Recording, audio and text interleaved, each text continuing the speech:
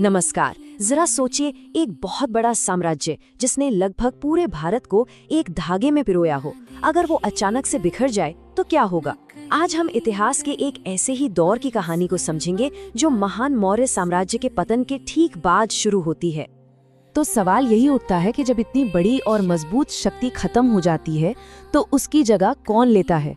ये एक सवाल ही इस पूरे दौर की कहानी का कह सकते हैं दिल है। और इसका जवाब बहुत सीधा है। एक जबरदस्त पावर वैक्यूम बन जाता है, मतलब सत्ता की कुर्सी खाली हो जाती है और फिर शुरू होती है उस कुर्सी को भरने की एक दौड़, एक होड़, जिसमें कई नए खिलाड़ी मैदान में उतर आते हैं। तो चलिए इस कहानी में थोड़ा और अंदर चलते हैं। देखिए, महान सम्राट अशोक के बाद ना मौर्य साम्राज्य की पकड़ ढीली पड़ने लगी थी। साम्राज्य तो बहुत बड़ा था, पर उसे संभालने वाले हाथ उतने मजबूत नहीं रहे। तो आखिर ये इतना बड़ा साम्राज्य खत्म कैसे हुआ? कमाल की बात यह है कि इसका अंत किसी बाहरी दुश्मन ने नहीं किया। ये तो अंदर से ही खोखला हो गया था। जो आखिरी मौर्य शासक थे, बृहद्रथ, वो काफी कमजोर साबित हुए और नतीजा, उन्हीं के सेनापति पुष्यमित्र शुंग ने उनकी हत्या कर दी। बस इस एक धोखे ने, इस एक कत्ल ने पूरे भारत की राजनीतिक एकता को चकनाचूर कर दिया। इसको ना आप ऐसे समझ सकते हैं, मान लीजिए एक बड़े परिवार का मुखिया चला जाए तो क्या होता है, घर के छोटे मोटे सदस्य और यहाँ तक कि पड़ोसी भी अपनी अपनी चलाने लगते हैं, है ना। बस मौर्य साम्राज्य के साथ बिल्कुल यही हुआ। जैसे ही पाटलिपुत्र की गद्दी कमजोर हुई, छोटे छोटे राजा सिर उठाने लगे और बाहर वालों की नजरें भी भारत पर गड़ गईं। और बस यहीं से भारत का जो राजनीतिक नक्शा था ना, वो पूरी तरह बदल गया।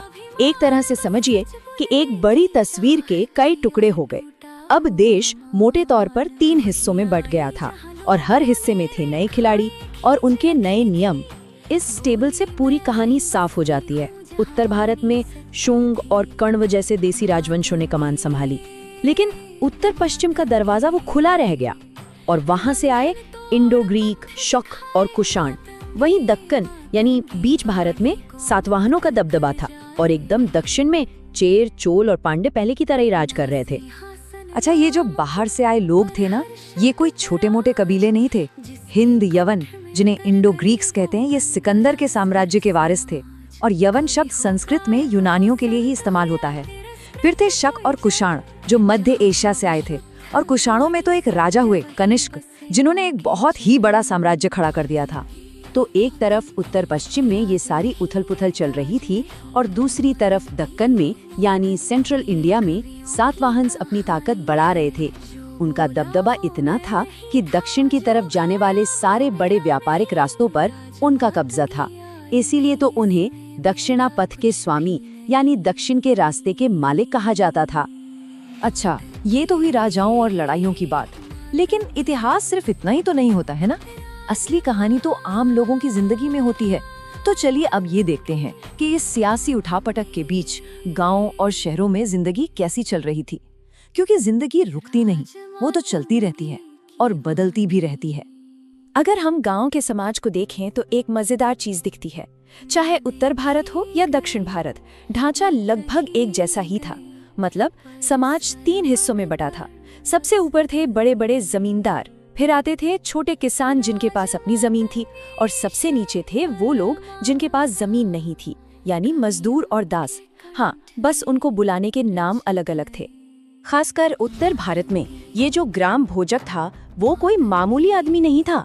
वो सिर्फ गांव का सबसे अमीर जमींदार नहीं था, बल्कि वो राजा का आदमी था। मतलब टैक्स भी वही वसूलता था, गांव के छोटे मोटे झगड़ों का फैसला भी वही करता था और जरूरत पड़ने पर पुलिस का काम भी।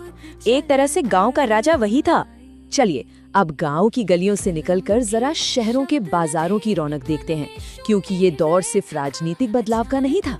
ये शहरों के बढ़ने का, नई नई चीजें बनाने का, नई तकनीक का और बहुत ही ऑर्गेनाइज तरीके से व्यापार करने का भी दौर था। शहर ही तो उस जमाने के इकोनॉमिक इंजन थे। तो सवाल ये है कि हमें उस जमाने के शहरों के बारे में पता कैसे चलता है। इसके लिए हमारे पास कई सुराग हैं। जैसे पुरातत्व विभाग को खुदाई में वलय कूप या रिंग वेल्स मिले हैं, जो शायद नालियां या टॉयलेट हुआ करते थे। फिर जो विदेशी यात्री आए उन्होंने अपनी किताबों में यहाँ के बंदरगाहों के बारे में लिखा है। मंदिरों और स्तूपों पर बनी मूर्तियों से हमें रोजमर्रा की जिंदगी की झलक मिलती है। और हाँ, सबसे बड़ी चीज, सिक्के।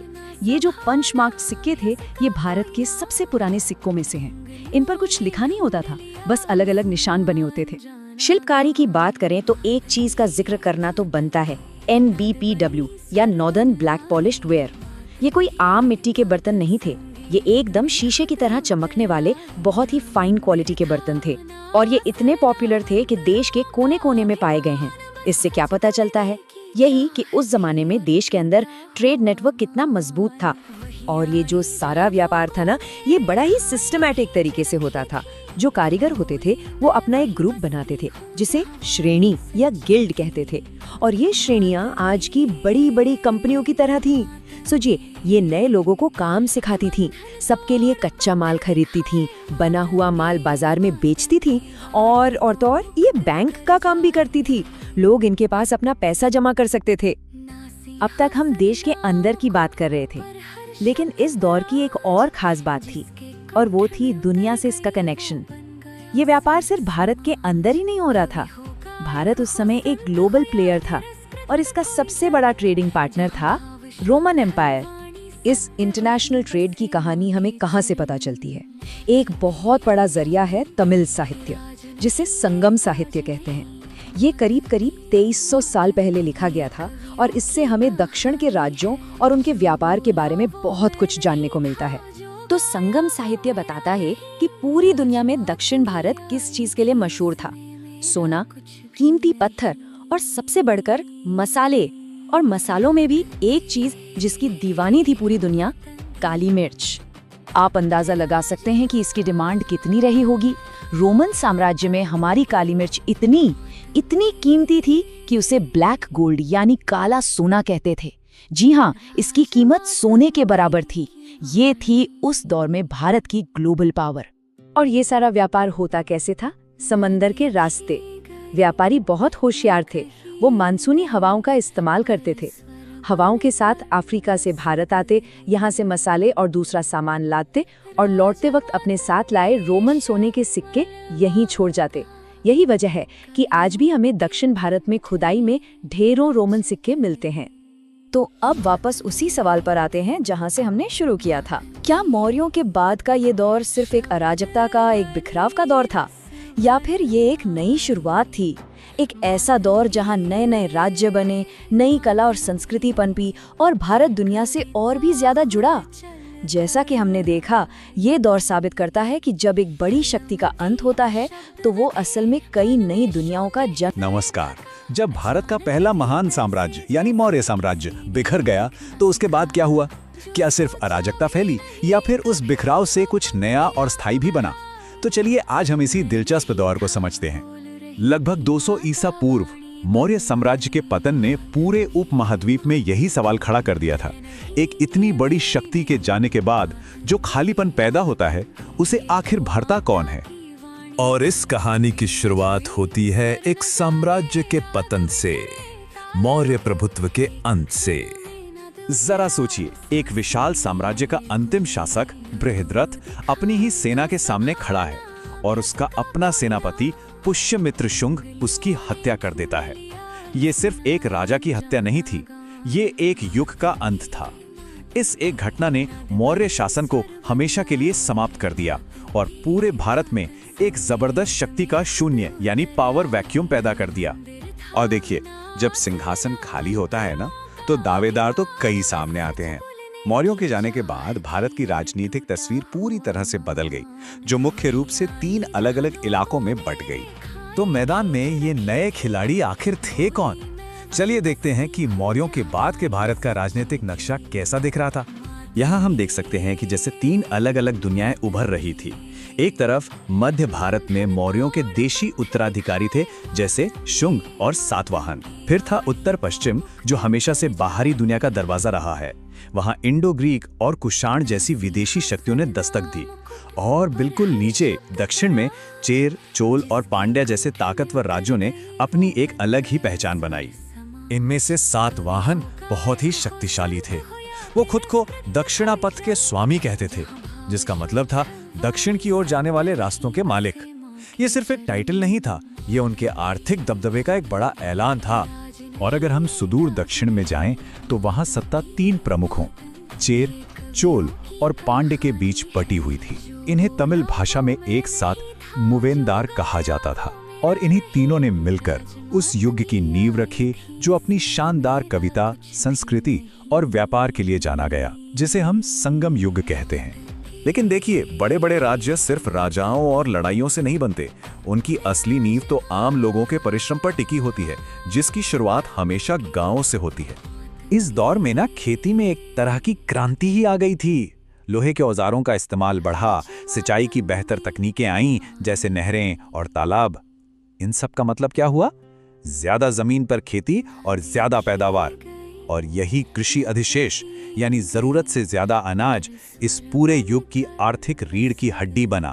और मजेदार बात यह है कि पूरे भारत में गांव का सामाजिक ढांचा लगभग एक जैसा ही था, भले ही उनके स्थानीय नाम अलग अलग क्यों न हो। जैसे उत्तर में ग्राम भोजक थे तो दक्षिण में वेल्लालार, दोनों ही बड़े जमींदार थे। उसी तरह उत्तर के दास कर्मकार और दक्षिण के कड़सियार दोनों ही भूमिहीन मजदूर थे। ढांचा वही, बस नाम अलग। तो अगर कृषि इस इमारत की नींव थी तो इसकी रफ्तार बढ़ाने वाला इंजन थे हलचल भरे शहर, बेहतरीन शिल्प और जबरदस्त व्यापार। शहरों में शिल्प का काम बहुत ही संगठित तरीके से होता था। कारीगरों और व्यापारियों ने मिलकर अपने संघ बनाए हुए थे, जिन्हें श्रेणी के नाम से जाना जाता था। और ये श्रेणियां कोई मामूली ग्रुप नहीं थी। ये नए कारीगरों को ट्रेनिंग देने से लेकर कच्चा माल खरीदने और फिर तैयार माल को बेचने तक सब कुछ संभालते थे। यहाँ तक कि ये बैंकों की तरह भी काम करते थे। असल में ये अपने समय के multi functional economic power house थे। इस धन ने, खास तौर पर दक्षिण भारत के धन ने, दुनिया भर के व्यापारियों को अपनी ओर खींचा, जिसमें सबसे आगे थे रोमन साम्राज्य के व्यापारी। और इस व्यापार की सबसे कीमती चीजों में से एक थी काली मिर्च। जी हाँ, काली मिर्च। ये रोमन साम्राज्य में इतनी ज्यादा कीमती थी कि इसे काला सोना कहा जाता था। इसी से आप अंदाजा लगा सकते हैं कि यह व्यापार कितना ज्यादा मुनाफे वाला रहा होगा। इस व्यापार में असली क्रांति तब आई जब नाविकों ने मॉनसून की हवाओं का राज समझ लिया। उन्हें पता चल गया कि इन हवाओं का इस्तेमाल करके अरब सागर को बहुत तेजी से और सुरक्षित तरीके से पार किया जा सकता है। इस एक जानकारी ने समुद्री यात्रा को तेज, भरोसेमंद और अविश्वसनीय रूप से फायदेमंद बना दिया। और इसका ठोस सबूत हमें अरिकामेडु जैसी पुरातात्विक जगहों पर मिलता है। यहाँ मिली रोमन चीजें, जैसे कि खास तरह के बर्तन और लैंप, उस दौर के वैश्विक व्यापार की कहानी खुद ब खुद बयां करती हैं। तो हमने एक साम्राज्य को गिरते देखा, नई शक्तियों को उभरते देखा और एक मजबूत आर्थिक व्यवस्था को बनते हुए देखा। तो इस सबका अंतिम निष्कर्ष क्या है? सबसे महत्वपूर्ण बात यह है कि मौर्योत्तर काल कोई अंधकार युग नहीं था। हाँ, राजनीतिक बिखराव जरूर था, लेकिन साथ ही ये क्षेत्रीय स्तर पर हो रहे नए आविष्कारों, आर्थिक विकास और दुनिया के साथ बढ़ते व्यापारिक रिश्तों का एक बेहद जीवंत युग भी था। इसी युग ने आने वाली सदियों के भारत की नींव रखी। तो सवाल ये उठता है कि इस दौर में जो अपार धन जमा हुआ और जो नए नए विचार आए, उन्होंने भारत के अगले महान साम्राज्य, गुप्त साम्राज्य के लिए मंच कैसे तैयार किया? ये एक अलग कहानी है जिसे हम सुनेंगे शायद किसी और दिन।